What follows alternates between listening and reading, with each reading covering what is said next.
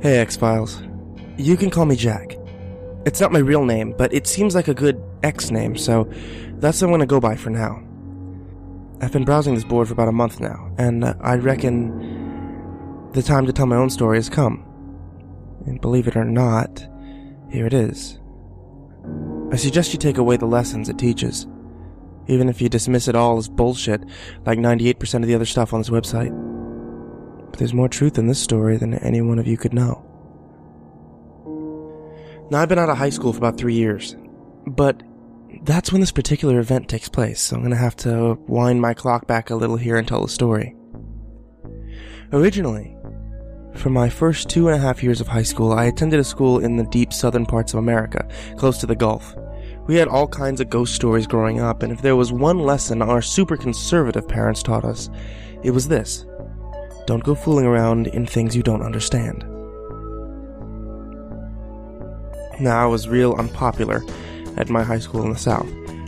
My first 2 years of high school were a real pain because I was a big-time dork and everyone made fun of me. I was a loner, and all I really did in class was play Game Boy all day before rushing home and playing an MMO that I was addicted to. But all that was about to change my junior year when my mother's job moved her out west. I started to attend a little Catholic high school with no more than around 250 students. It was at this time I finally started to fit in and make friends. No one out here knew about how much of a dork I was, so I opted to hide my power level, as they tend to say on A, and try to make friends for once in my life. You know, maybe I could even get a cute girlfriend if I was careful. I started to meet people at the school. At a school that small, you know everyone in your class. My first day, I made a new friend named Sam, and at lunchtime, I opted to sit with him and his friends.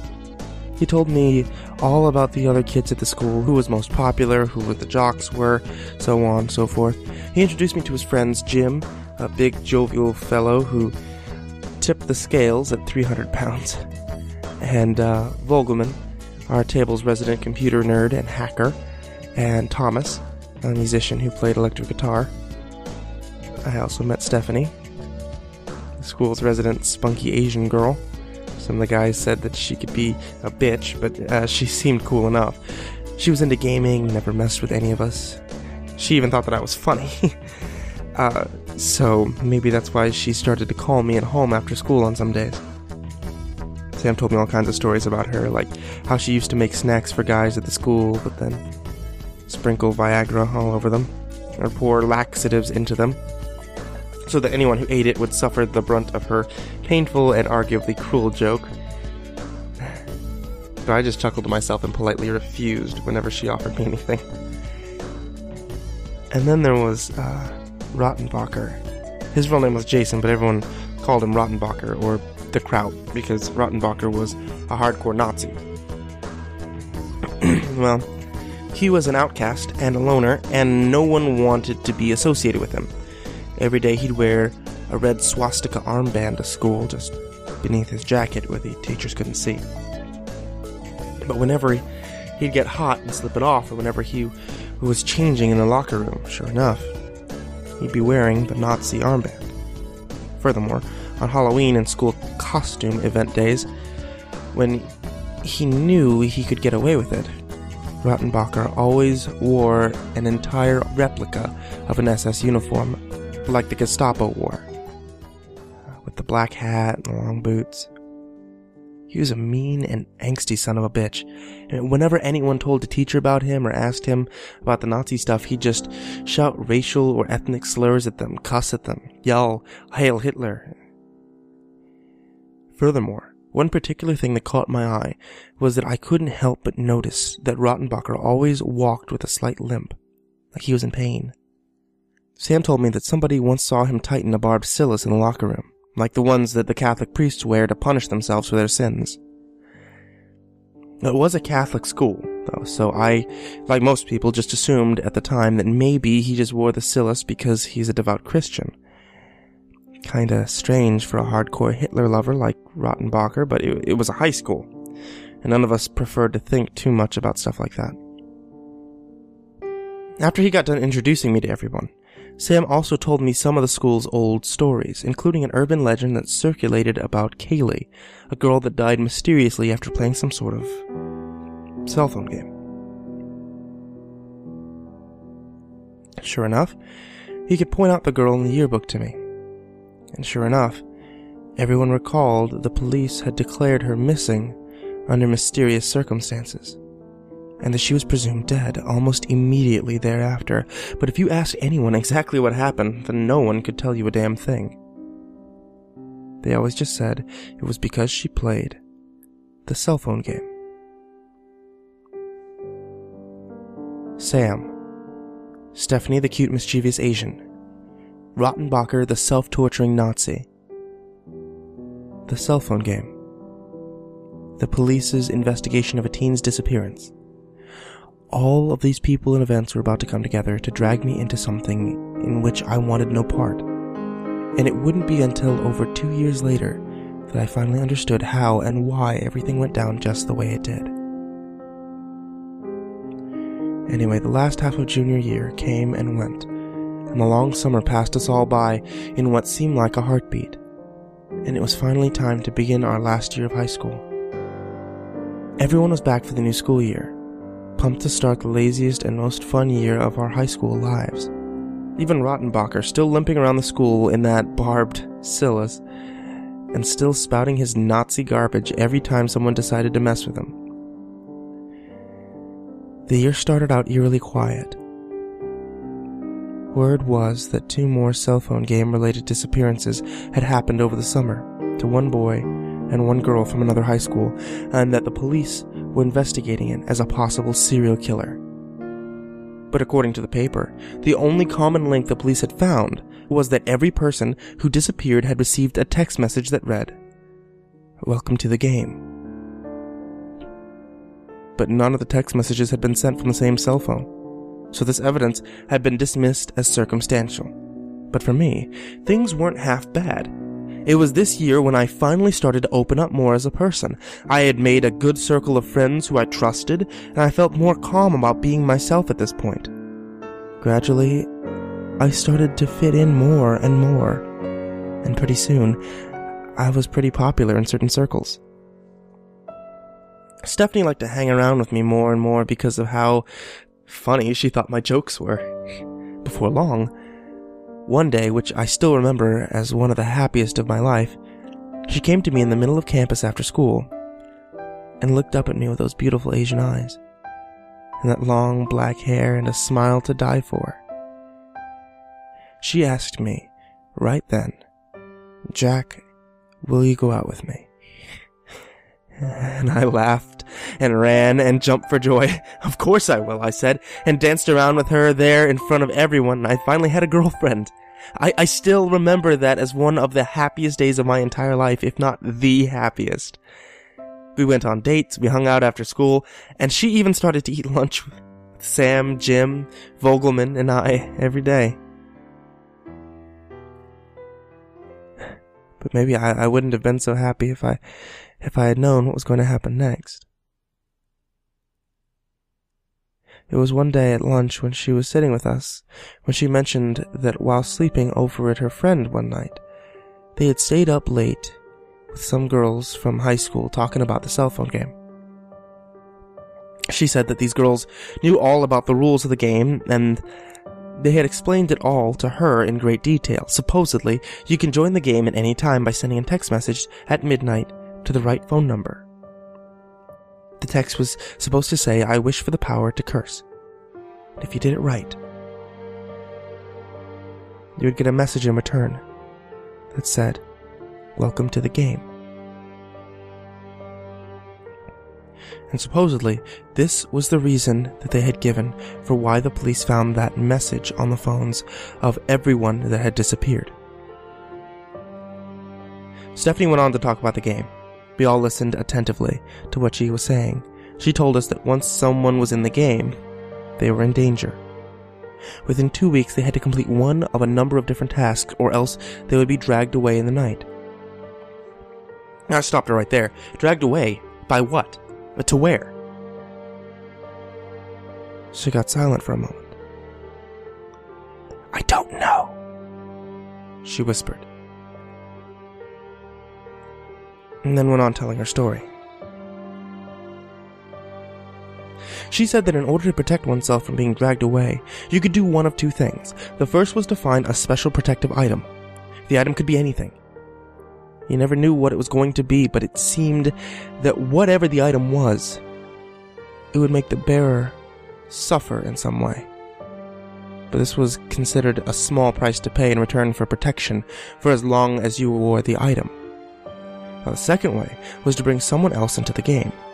This could be done by sending a text message, "Welcome to the game," to someone else's phone. If someone received that text message from someone else who was in the game, then that meant that this person was now in the game and subject to all the same rules and consequences of the game. If the person didn't find a protective item themselves, or bring another person into the game, then they too would be dragged away. The catch about the second way was this. While the protective item, if found, could protect you indefinitely so long as you kept it with you, bringing someone else into the game would only buy you a temporary grace period. The first time that you brought someone into the game, you'd get a 2-week extension. Then only 1 week. Eventually, the grace period would get shorter and shorter until you barely bought yourself any time at all by bringing someone else into the game. By that time, you needed to have found your protective item. Even though I've always been something of an X-File, I didn't like hearing her talk about this stuff. So, I just told her that it was a bunch of nonsense. "Do you really think so?" she said. "If it's true, it would explain what the police found. And imagine how cool that would be. To be able to curse anyone who messed with you by bringing them into the game. You could get rid of anyone, and no one would even know." There was an edge in her voice, one that I'd never heard from Stephanie. She almost sounded intoxicated at the thought of it. Truth be told,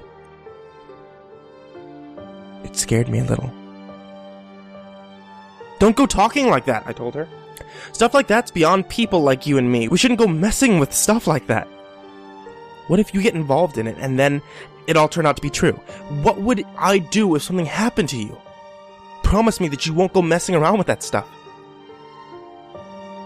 She gave me a funny look. "I never thought that you'd be the kind of person to be scared of silly things like this, Jack." "Well, I don't think that it's right to mess around and stuff that you don't understand, you know?"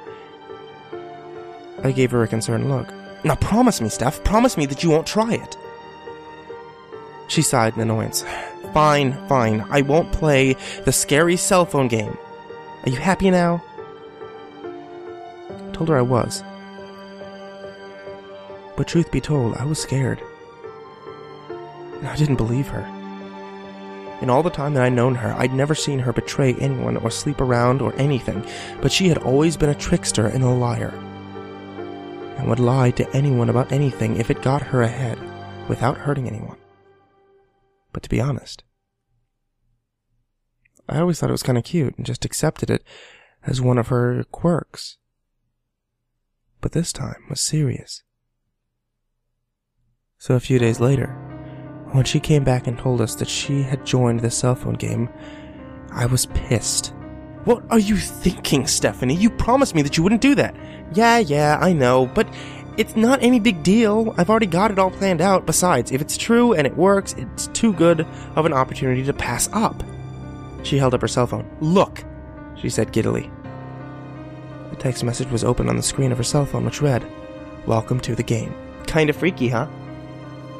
I got it just after I sent that message at midnight, just like the girl said. My jaw dropped. I was speechless, and I was scared stiff. The game couldn't be real, could it?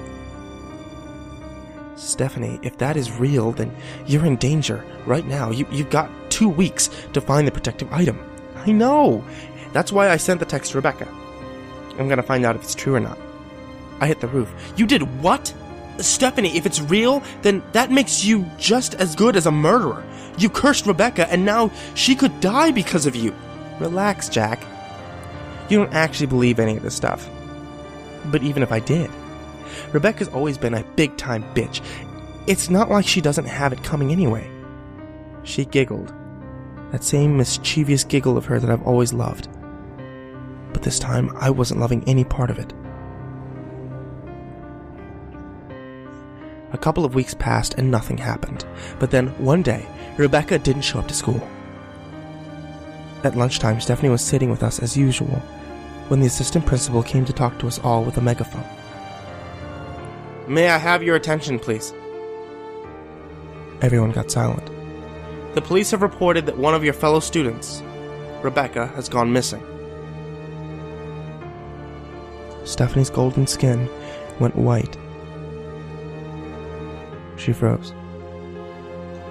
Her parents are very worried about her. If any of you know anything about this, please come and talk to me after school. That's all. Stephanie, I whispered. I was very afraid for her. I was very afraid for what she might do. She looked at me and said, "Don't say anything. Just don't." She got up and bolted from the lunchroom. I chased after her. Stephanie! Stephanie! What are you going to do? She kept jogging away from me. She had her cell phone out. Don't try to stop me, Jack. If I'm going to survive, I'm going to need more time. I can get another week if I curse someone else, and that'll give me 3 weeks to find it. Stephanie, listen to yourself. Who are you going to curse? You kill someone else for a little extra time? Look what's happening to you. She was starting to cry. I know, damn it, but I know who I'm going to curse. No one's going to miss them, I promise. Stephanie, that's not right. You can't do it. No one deserves this. Let me help you. We can find a protective object for you together. She turned and showed me her cell phone. Too late, she said. I've already sent it. I looked at the cell phone. Her text outbox had a message which read, "Welcome to the game."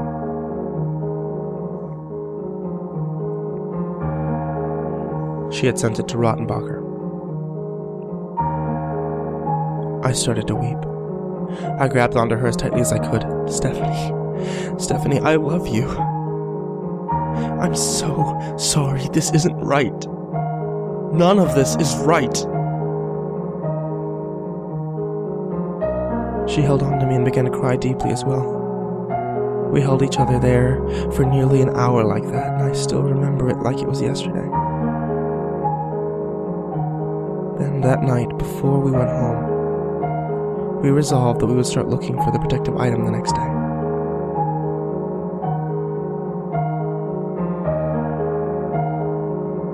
The next day, I was walking with Stephanie along the track after school when Rottenbacher approached us with his cell phone. He was furious. He held it up to her face. Is this your idea of a joke, you stupid slanty-eyed bitch? Truth be told, I felt Rottenbacher had the right to be a little angry. I mean, sure, he was a Nazi perverted freak, but with all of the whispers of murder going around, I could imagine anyone being so angry about getting a text like that. But even so, I wasn't about to let anyone talk to my girl that way. Hey, buddy, you want to watch your mouth? There's no way to talk to a lady. Lady! Rottenbacher shouted. This fucking slut is not a lady. She's just a bitch, and she tried to kill me. I bet you killed the other girl too, didn't you? Rebecca? She's missing because of you, isn't she? Stephanie began to cry again. I pulled my arm back and punched as hard as I could at Rottenbacher's face. He stumbled backwards a few steps and grabbed at his lip, from which trickled a little stream of blood. But he kept his composure. I halfway expected him to swing back at me, but he just stood there. After a moment, he spoke. You just don't get it, do you, Stephanie? I'm already in the game! I always have been. I know the fucking score, but unlike you, I never cursed anyone else. Bullshit, I said. If that's true, then how are you still... Suddenly, I remembered the cellus that Rottenbacher wore on his leg that caused him to limp in agony, and what Stephanie had told me at lunch. Whenever a new protective item was discovered, whatever it was, it would cause its bearer to suffer. Your protective item. You have one. Stephanie's eyes lit up. It was clear that she had realized the same thing that I had. Rottenbacher smirked. That's right. So I just figured that your girlfriend better know that she didn't get any additional time for trying to curse me. I've already been there and done that. Stephanie looked up at him with fear in her eyes.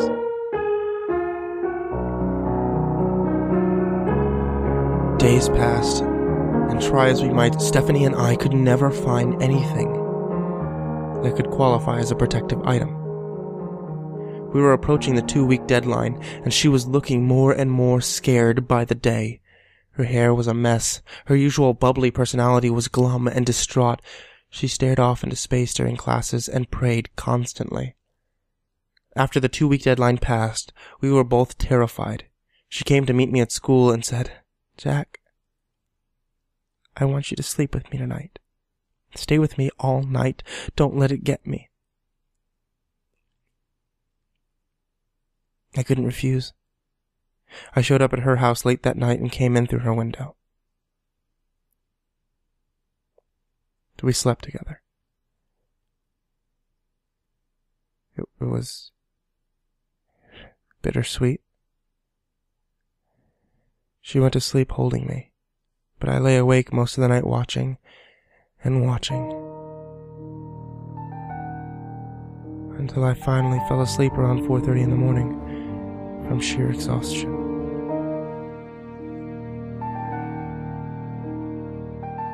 The next morning when I woke up, all I could think was Stephanie. I looked around frantically. She wasn't in the bed next to me. "Stephanie!" I said louder as I climbed out of bed and began to search for her. I walked into her kitchen. "Don't be so loud," a voice said. It was Stephanie's. I turned around to see her sitting at a round table in the kitchen. She was smiling and seemed as giddy as ever. I breathed a sigh of relief. My parents have already gone to work, but I don't want the neighbors to get suspicious and say anything. I wept with relief. It was over, and she was safe, and nothing had come for her, and I ran across the kitchen floor and hugged her and kissed her all over. Everything was perfect.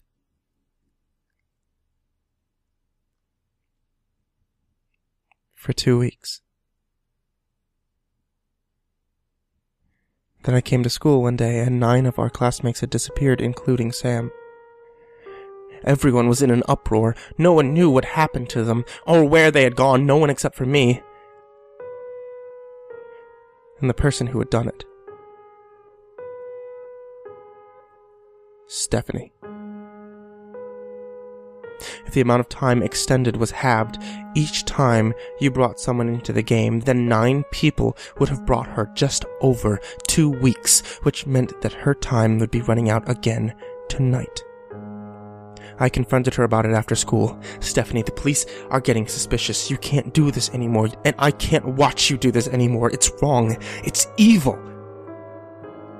She looked at me silently. I still remember the look in her eyes that day. At this point, it had become clear to me that the girl that I had known and loved was long gone, and all that remained was a soulless, wicked shell which clung to life and feared death more than anything. But even so, I still loved her more than anything. She was my first girlfriend, and my only girlfriend. I couldn't let her go. I couldn't let anything happen to her. "It's okay," she said. "I won't do it anymore. I've accepted what I need to do, and I'm going to do it. No one else is going to die because of me." "Stephanie, are you sure? I mean, maybe we can still find a protective item for you if we look now." She looked down sadly. "There's no use in running from it now. I just want to spend the night with you tonight, okay? One more night together, that's all I want." I was heartbroken. Everything was too melancholy, too melodramatic. I was so sad, and hearing her words at the thought of her being taken away, I threw up. I vomited and retched over and over into a nearby garbage can, trying to fight back an endless stream of tears. And that night, she slept with me again. Sick and weak and tired, I passed out from pure exhaustion at 3 a.m.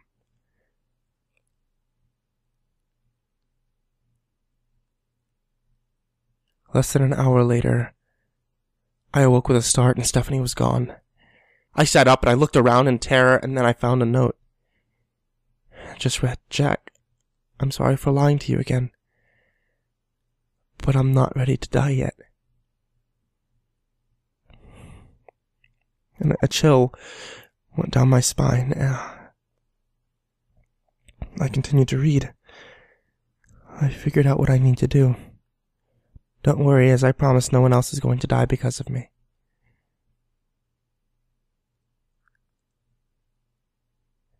What could she be thinking? I looked around my room, and suddenly I noticed that the .45 caliber pistol my father had bought for me for my 18th birthday was missing from my room, and everything made perfect sense. That's why she had wanted to spend the night with me tonight. She wanted my gun. She was planning to go after Rottenbacher and take his protective item. As fast as I could, I threw on some clothes and bolted for my truck. I sped off towards Rottenbacher's apartment. When I got there, the lock had been shut off. There were voices shouting inside, and I pushed the door open. "What's going on here?" I demanded. I looked around, and Stephanie was holding Rottenbacher at gunpoint with my .45. The apartment walls were covered in pictures of Adolf Hitler, swastika banners. There were whips and chains scattered around the bedroom floor. Rottenbacher was stomping around in long-sleeve pajamas and cursing at her in his typical neo-Nazi fashion, screaming at her about home invasion and calling the police at this and that. He was even wearing that stupid Nazi armband. It was obvious this guy was a lunatic fanatic. Stephanie screamed at him, "Shut the fuck up!" She fired around at the wall behind him and winced, and I remember my ears ringing from the loudness of the gunshot and a sharp pain in my inner ear, but I was too tense to worry about it at the moment. "Now give me the Bob torture thing that you're always wearing, or I'll kill you right now." Her voice was all malice. Rottenbacher stood in place for a moment and slowly began to remove his pajama leggings. "You're making a big mistake," he said. "You should just accept the way that things are and die with dignity. You're not going to get away with this." He removed the sealess from his leg, from which trickled a small amount of blood, and handed it to her. Immediately, she slipped it onto her own leg, and with one hand fumbled with my pistol, and she immediately tightened it until it hurt, and her own leg began to bleed a little. "Let's go, Jack," she whispered, and turned to leave. I started to walk out with her from the apartment, and I heard Rottenbacher shouting, "You won't get away with this! He's gonna come for you. He's gonna drag you off to hell for what you've done. You're gonna pay for all those kids."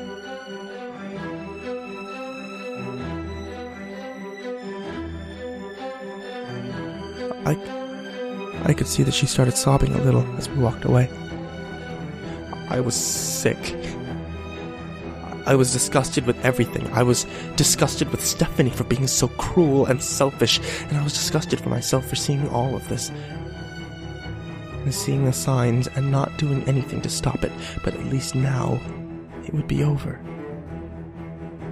As we walked back to my truck, I said a small prayer for Rottenbacher, in the hopes that he could find a new protective item within 2 weeks.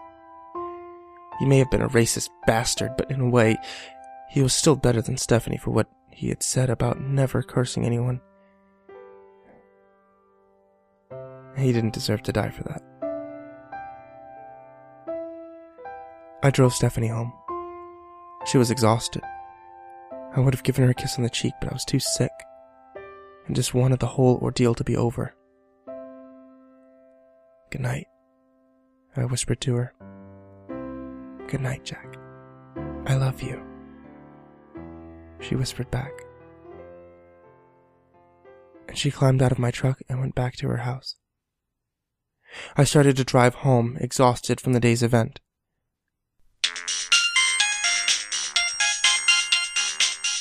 Suddenly my cell phone began to vibrate. I picked it up. It was a call from Stephanie. I answered. Hello? The first thing I heard was a shriek, followed by what sounded like the noise of a pounding at her door. Jack, help me! He's here! He's here! He's come for me! What? Hold on! Stephanie! I pulled a U-turn in my truck and sped off back to her house. Stephanie was becoming more frantic, and suddenly, on the other end of the line, I heard the sound of her door being bashed open, followed by another shriek. I could hear Stephanie screaming at the top of her lungs, a hideous blood-curdling scream. I could still remember every moment of it perfectly, and I remember her scream, word for word. No! No! I don't want to die. Adrenaline surged through my heart, and I floored to the accelerator. No! Stop! She screamed again, and I heard what sounded like the phone hitting the floor, and Stephanie's screams getting farther and farther away. And then dead air. Stephanie! Stephanie! Answer me, damn it! Getting no response, I hung up and called the police, and when I arrived at Stephanie's house, the front door had been smashed in. I parked my car on her lawn and jumped out, carrying my .45 caliber with me. I ran inside, searched the halls. Everything was in slow motion. Then I came up to Stephanie's bedroom. I turned on the light and checked every corner with my pistol leading the way. At length, I lowered the gun. Something caught my eye in the center of the room. Stephanie's cell phone lay on the floor next to her bed. In the middle of the room, in the carpet, was a very small patch of blood.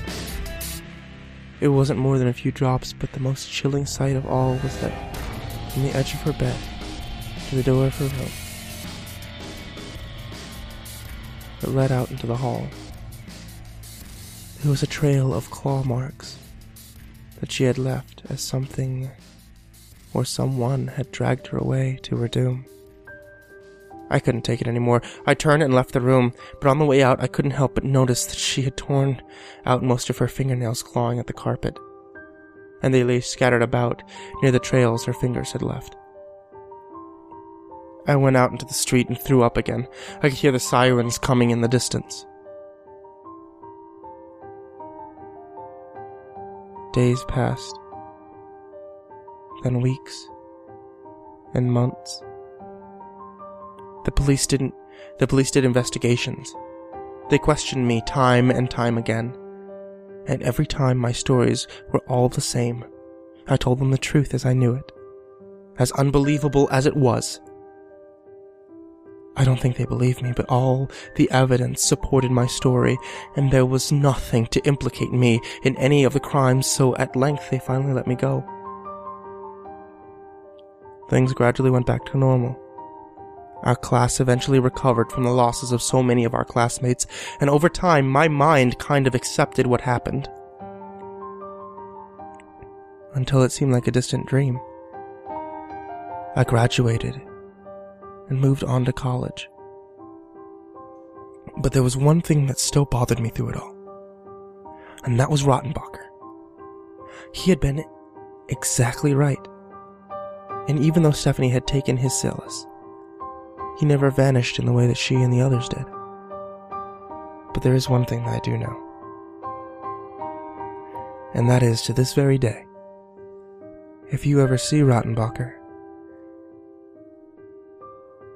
he's still always wearing that red Nazi swastika armband.